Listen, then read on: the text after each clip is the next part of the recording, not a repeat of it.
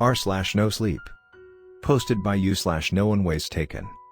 My brother was found dead in the Canadian mountains. I've recently started to get calls from him asking for help.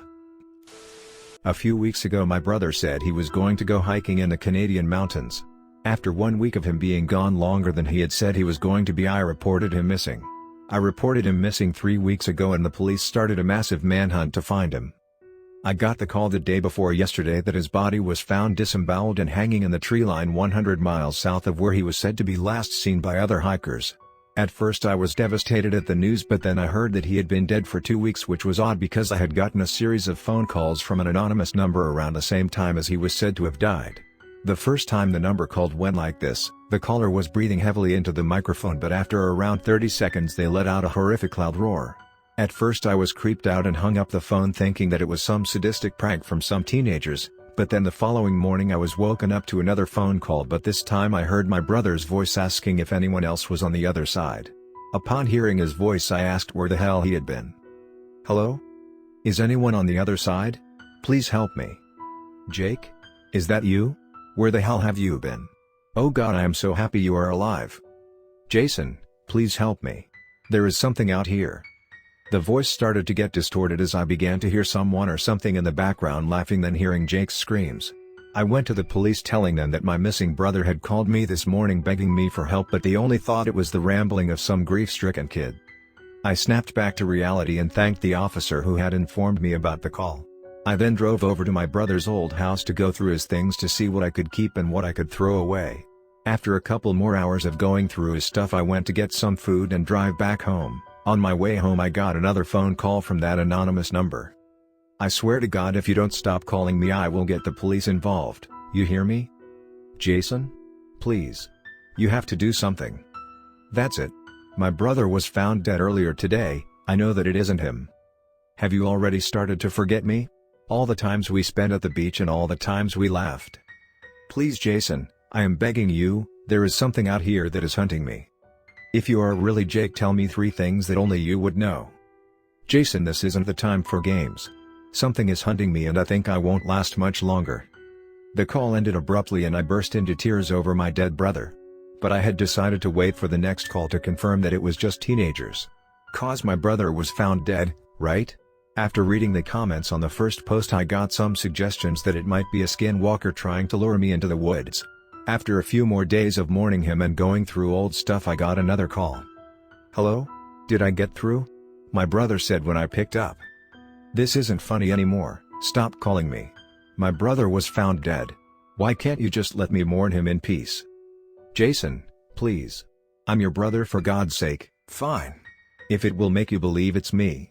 I know that you cheated on your girlfriend of 3 years cause you were mad at her. I know that you got kicked out of your house and was left homeless and you had to crash at my place for a few months. You've never told anyone else those things, am I right? Jake? It's really you?" "Of course it is Jason. But, they said you were found hanging dead in a tree? I don't know who they are, but it's not true. I am still alive and I'm getting hunted by something. It looks like a deer on 2 legs, but it has oh so many teeth. The teeth. Jake, I'm here for you, okay? I'll call the police or something and they will get you out, okay? No, please don't call anyone. I don't trust anyone else but you to keep your mouth shut. Jake, I gotta call the police. I can't help you, brother. Jason, please, it's coming for me. Jason, please, I'm begging you. I can see it running towards me, please." The call got cut after him starting to panic and screaming at me, begging me to help. I started to cry again as I thought of something getting to him before I could help him. After days of no more phone calls I boarded a plane to Canada. When I finally arrived after the 11-hour trip I got some food and went to my hotel room. After eating I went to sleep, but as I slept I started to have terrifying nightmares about a deer on 2 legs disemboweling my brother. I woke up in a sweat to a phone call. "Jake?" The thing on the other end began to laugh hysterically at my worthless pleas for it to release my brother. After around 1 or 2 minutes of laughing it began to speak. "Jason?" It said in my brother's voice. "Please help me. Why won't you help me? Aren't you my brother? What kind of a monster would let his own brother be eaten by a yin-old lushi?" I recognized that name as I had spent a lot of my time on Reddit and YouTube listening or reading creepypastas. But who would have thought they might really exist? But I've never heard of skinwalkers being in the Canadian mountains before. The next day I went and bought a gun from some sketchy guy from the deep web along with 25 rounds of 9mm bullets. Knowing whatever was hunting my brother wasn't a skinwalker or any kind of supernatural being, it was only a bear or something that was hunting him, and he was just so scared he said it was a deer on 2 legs. Then I drove up to the woods where his body was found. Upon entering the woods I started to feel watched, like something was staring at my every single move. After 4 hours of searching I decided to go back to my car. But that's when I heard it, something laughing in the distance.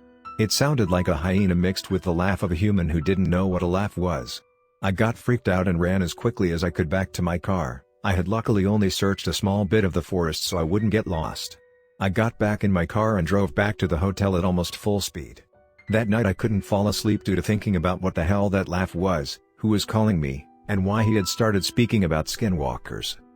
After I woke up I took a shower, and as I was drying myself off I heard my phone ring. Jason? Jake? Please tell me you're safe. I went looking for you in the Canadian woods where your body was found, but I got spooked and ran to my car after hearing something laughing. Oh no. It called you, didn't it? Yes, it called me yesterday night pretending to be you. Whatever it said, do not listen to it. That's how it gets you. Jake, I don't know what you think you are seeing, but it isn't some monster. It's only an animal. Okay? Jason, I'm begging you, please help me. I got lost on the trail out here and now there is something hunting me. I started to hear that same laugh coming again from the other end, but this time my brother started to scream. Jason? You gotta help me please, I'm begging you. Buy a gun and silver bullets. I've wounded IT slightly but I won't last much longer. It started to fade as he was dragged away from the phone he had dropped on the ground. By this point I was starting to believe it might be something supernatural. But I was still skeptical about it. I spent a couple of hours doing research on skinwalkers just in case it was one, but I still highly doubted it. I found a guy online who was selling silver knives and other types of silver weapons, but when I asked him if he could make silver bullets he declined and said that is sadly not possible. So I settled on buying a silver knife and kept my 25 rounds of 9mm since it might come in handy in the likely case it wasn't some supernatural being. Upon arriving at the woods again I loaded the Glock 17 with some of the bullets I had bought. I holstered it alongside my newly bought silver knife and prepared to enter that forest where I was likely to die trying to save my brother, or find him dead. I was still skeptical about the whole skinwalker, cause those are only tales to scary children. Right?